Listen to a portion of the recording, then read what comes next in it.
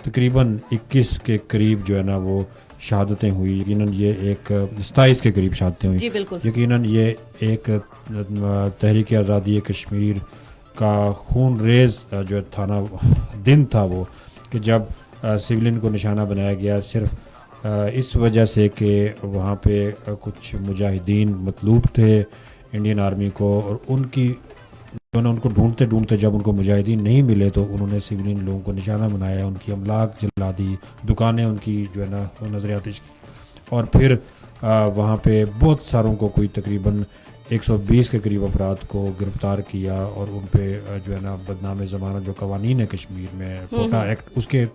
تحت مقدمات بنائے گئے, اور ایک بڑا ظلم اور زیادتی کا سلسلہ ہوا.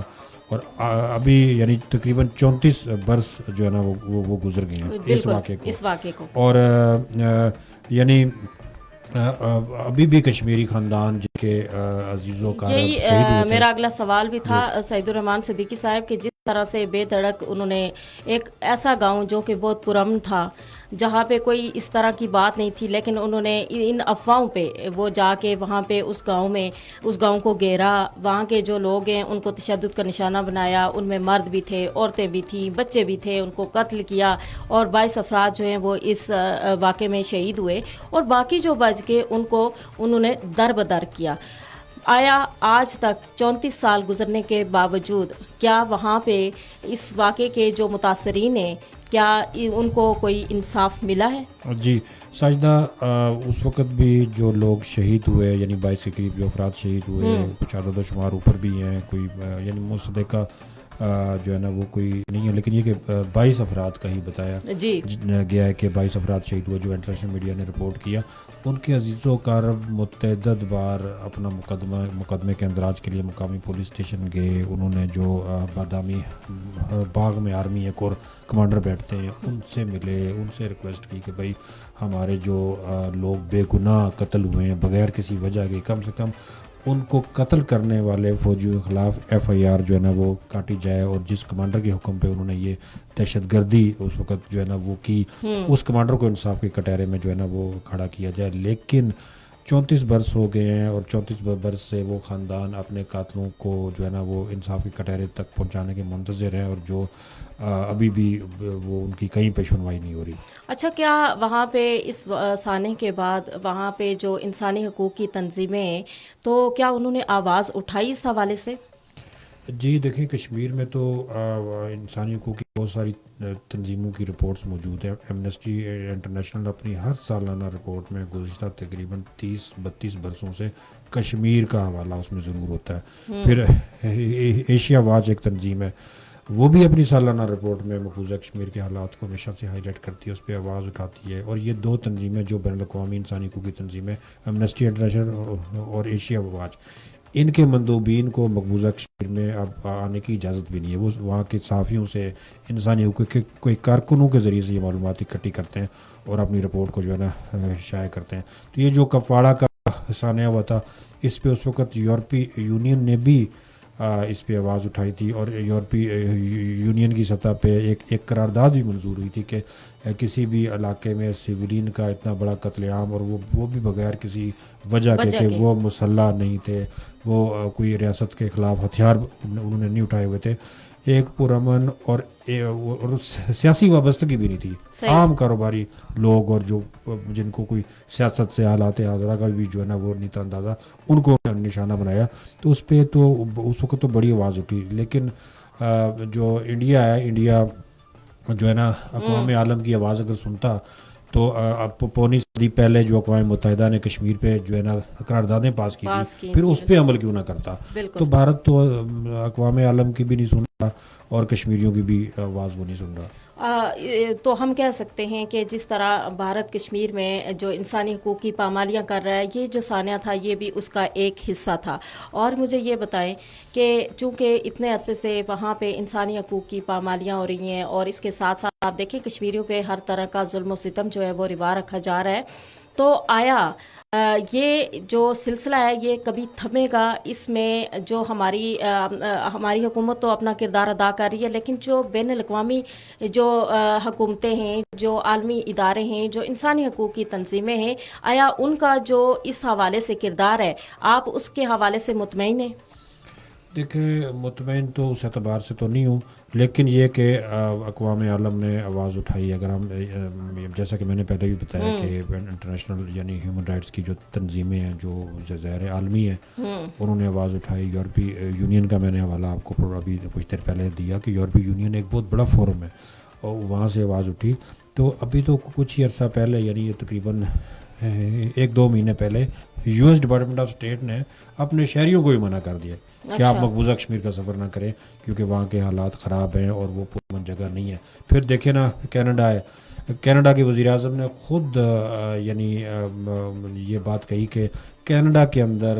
جو ہے نا کینیڈین شہریوں کو دہشت گردی کا نشانہ بنانے میں انڈیا کا کردار ہے. اور جو سکھ جو وہاں پہ جن کو انہوں نے نشانہ بنایا انڈین خفیہ ایجنسی کو، تو کینیڈین وزیر اعظم نے خود یہ بات کہی کہ انڈین خفیہ ایجنسی جو دنیا میں دہشت گردی پھیلا رہی ہے. تو میں سمجھتا ہوں کہ کوئی مہذب ملک اگر ہوتا، کوئی جمہوری ملک ہوتا، کہیں پہ آئین اور قانون یا پھر عالمی رائے عامہ کو یا عالمی حکومتوں کو سمجھنے اور ان کو ان کی باتوں سے کوئی اپنے آپ کو بدلنے کی تو وہ کم از کم اپنے آپ کو بدلتے اور ان کو یہ ادراک ہوتا کہ دنیا میں ہم ذلیل ہو رہے ہیں، دنیا میں ہم شرمندہ ہو رہے ہیں اور دنیا کے سامنے اب ہم ایکسپوز ہو گئے. بالکل. اب آپ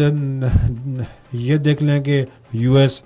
اور یورپی یونین، پھر اس کے علاوہ قطر میں جو کچھ عرصہ پہلے ہوا کہ قطر میں انڈین جاسوس جو ہے نا پکڑے گئے، تو جو اسرائیل کے لیے وہاں پہ قطر کے اندر جو ہے نا اسرائیلی خفیہ ایجنسی کے لیے کام کرتے تھے. تو دنیا میں عرب میں بھی، یورپ میں بھی، امریکہ میں بھی، اور یہ جو ریجن ہے ہمارا جو جنوبی ایشیا میں بھی انڈیا ایکسپوز ہو گیا. اب آپ کے سامنے صورتحال ہے کہ اس کے ہمسایہ ملک پاکستان سے تو تعلقات پہلے خراب ہیں، چین سے بھی ان کا جو ہے نا تعلقات خراب ہیں، نیپال سے ان کے خراب ہیں، بھوٹان سے خراب ہیں، مالدیپ سے ان کے حالات خراب ہیں، سری لنکا میں جو کچھ انہوں نے کیا دہشت گردوں کو سپورٹ کیا، اور بنگلہ دیش کے اندر جو کچھ انہوں نے ڈرامہ کیا اور پاکستان کا ایک حصہ ہم سے الگ کیا، اور اتنے عرصے تک بنگلہ دیش پہ اپنی کٹ پتلی حکومت انہوں نے جو ہے نا بنا کے رکھی. وہاں بھی اب ان کی وہ ساری سازشیں الٹ ہو گئی ہیں. تو حالات جو ہے نا بدل رہے ہیں. اقوام عالم انڈیا کی ان ساری باتوں کو جو ہے نا وہ سمجھتا ہے کہ انڈیا منافقت جو ہے نا وہ کرتا ہے، اور انڈیا جو ہے نا وہ کشمیر کے حالات یا اپنے اندر کے حالات چھپانے کی کوشش کرتا ہے. بالکل جی. اور آہستہ آہستہ یعنی دنیا کے سامنے جو بھارت کی دہشت گردی ہے وہ بھی عیاں ہو رہی ہے اور لوگوں کو پتہ چل رہا ہے، عالمی جو برادری ہے وہ بھی اس حوالے سے آگاہ ہو رہی ہے. لیکن اس کے باوجود آپ دیکھیں سعید الرحمان صدیقی صاحب کہ جب بھی کوئی بڑا کوئی ایونٹ ہوتا ہے تو بھارت جو ہے نا وہ اپنا اس طرح کا پروپیگنڈا کرتا ہے، ان کا میڈیا، اور وہ اس طرح سے دنیا کو دکھاتے ہیں کہ وہاں پہ سب کچھ ٹھیک ہے. یعنی وہ اپنے آپ کو بالکل معصوم ظاہر کرتے ہیں اور وہ ہمیشہ سے اس چیز میں کامیاب ہوتے آئے. اس کی کیا وجہ ہے؟ ساجدہ رفیق، ایک منصوبہ بندی جو ہے نا وہ شیطان کی ہوتی ہے، ایک منصوبہ بندی اللہ رب العالمین کی ہوتی ہے. اب دیکھیں نا کہ یہ جو انڈیا نے کشمیر کو کی جو شناخت ہے، تشخص ہے، وہ جب ختم کیا، آئینی تبدیلی کی آئینی دہشت گردی کے ذریعے، تو کشمیر کے حالات اچھے بتانے کے لیے G20 کانفرنس کروائی، مولانا آزاد اسٹیڈیم میں بین الاقوامی کرکٹ کے جو ہے نا مقابلے کروائے. پھر یہ کہ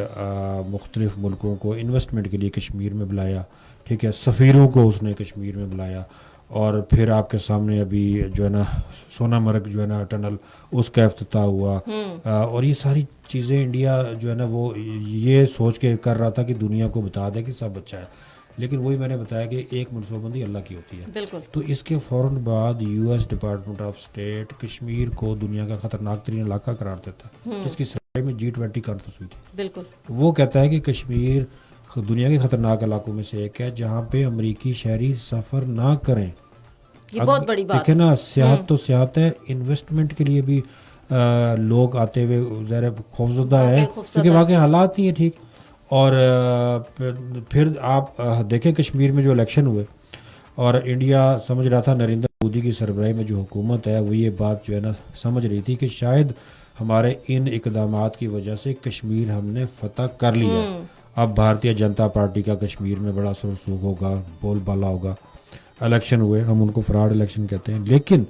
ان الیکشن میں بھارتیہ جنتا پارٹی کو بری طرح جموں میں بھی اور ویلی میں بھی لوگوں نے مسترد کیا. اور نیشنل کانفرنس جو پوری الیکشن کمپین میں کشمیر کی متنازع حیثیت کو بحال کرنے کی جو ہے نا باتیں کرتی تھی, پھر کشمیری مسلمانوں کی عددی اکثریت کی کو بھارت کی جانب سے تبدیل کرنے پہ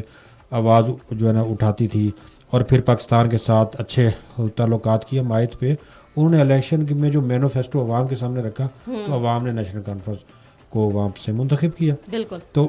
وہ جو سیاسی آپ کی ایک منصوبہ بندی تھی کہ کشمیر کو سیاسی اعتبار سے آپ فتح کر لیں گے, وہاں سے بھی فیل ہو گئے, یعنی کشمیر کے اندر بھی آپ ہو گئے فیل, سیاسی ساری آپ کی منصوبہ بندیاں, اور بین الاقوامی سطح پہ جو آپ دنیا کو بلا رہے تھے, G20 ایک بہت بڑی کانفرنس ہوتی ہے کہ آپ دنیا کو بلا رہے ہیں کہ بھائی کشمیر میں آ کے انویسٹمنٹ کریں اور کشمیر کے حالات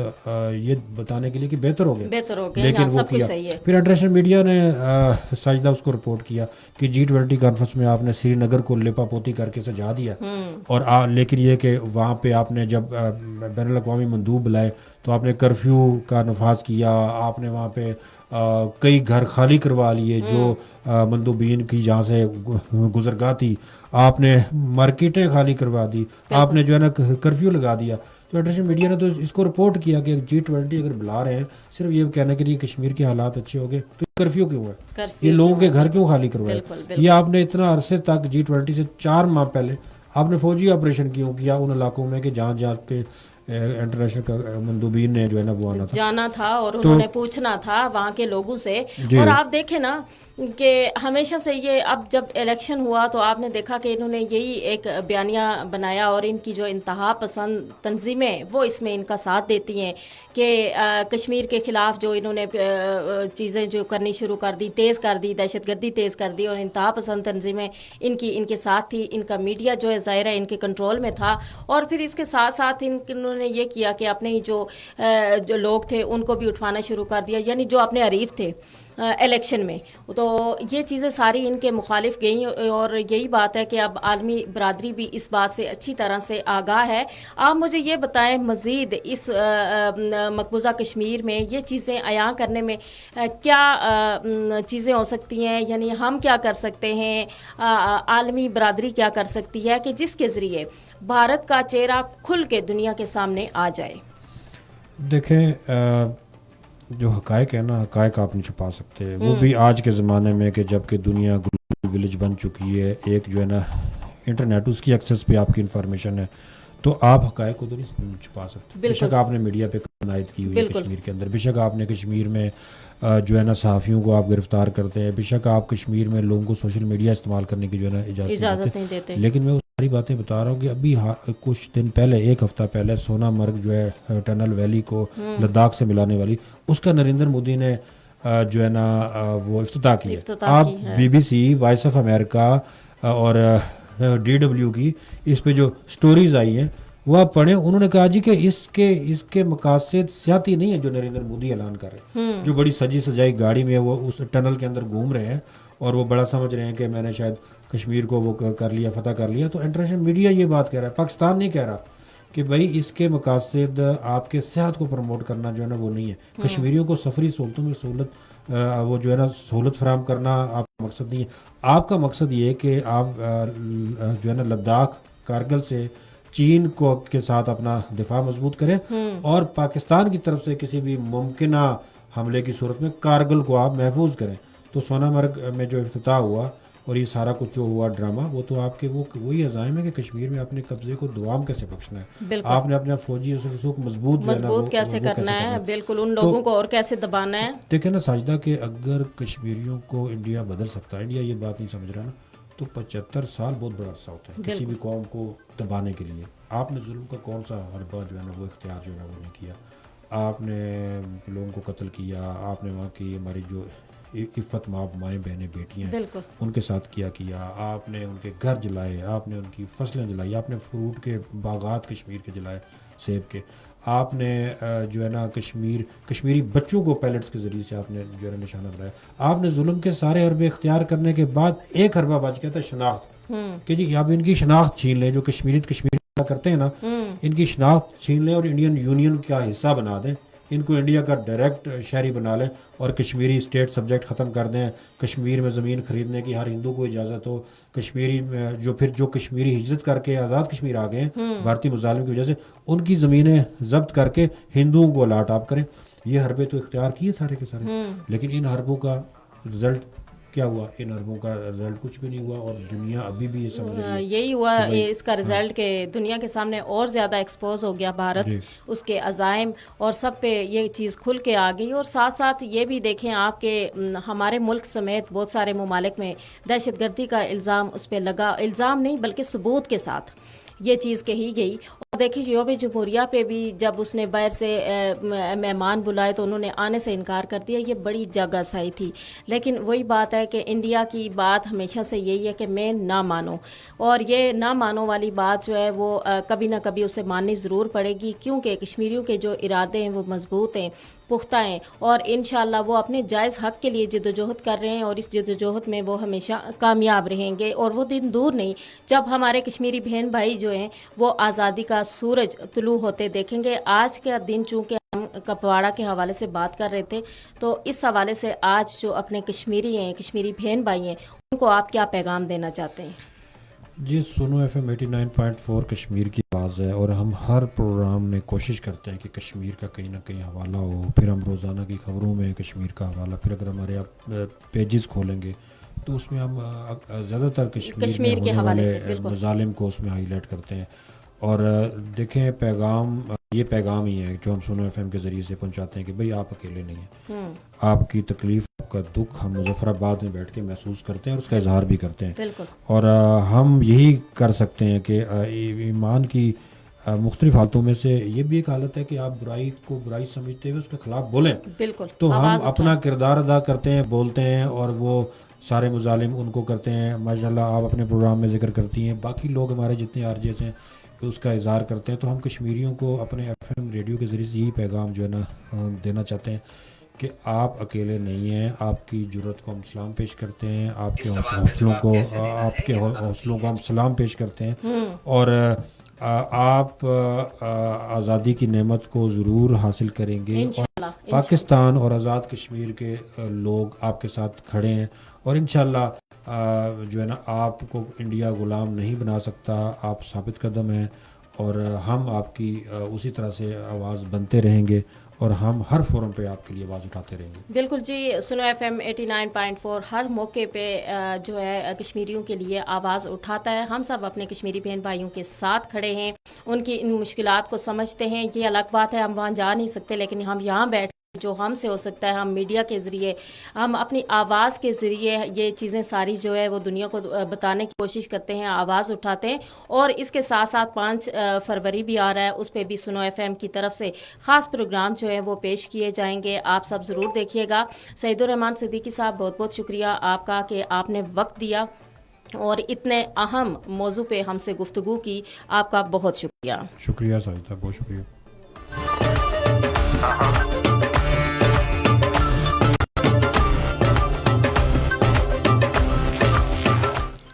اور